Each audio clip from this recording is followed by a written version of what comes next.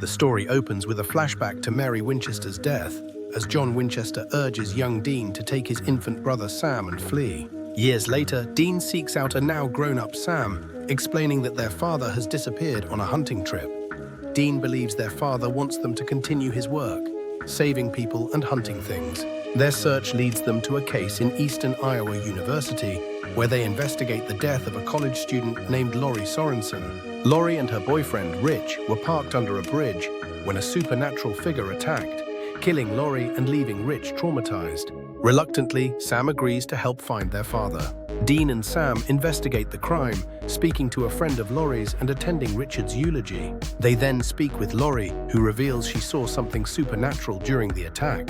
Sam believes her, connecting the murder to the local legend of the Hook Man. The brothers research the legend and discover a historical precedent: a murderous preacher named Jacob Karnes who used a hook as a weapon. They learn Karnes was killed near where the recent murders occurred. Meanwhile, Laurie argues with her father, Reverend Sorensen, about her independence. Later, she returns home alone, unnerved by her surroundings. As night falls, Dean and Sam arm themselves with salt-loaded weapons, prepared to confront the supernatural force at work. The brothers, haunted by their past and relationship with their father, are questioned by a sheriff after being found with a shotgun. Later, Laurie discovers her roommate murdered in her bed, with bloody graffiti on the walls.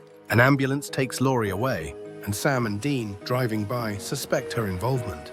Dean and Sam determine the preacher's sermons are related to the current events and head back to the Sorensen home.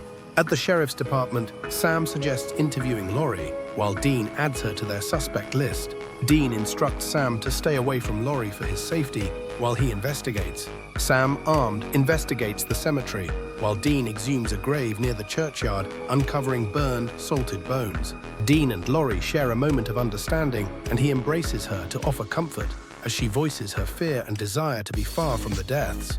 A scream from the house coincides with Dean's discovery. Reverend Tom Sorensen enters Laurie's room.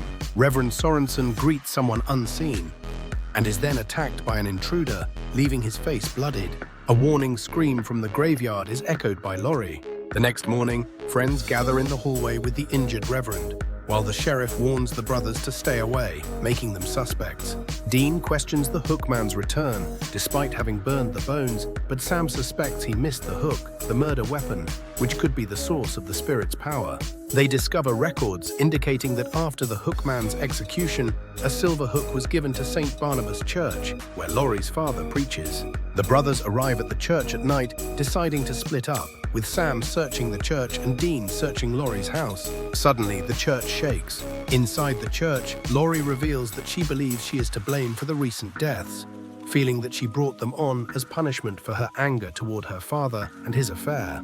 Dean returns from searching Laurie's room, and they try to escape, but the Hook Man attacks.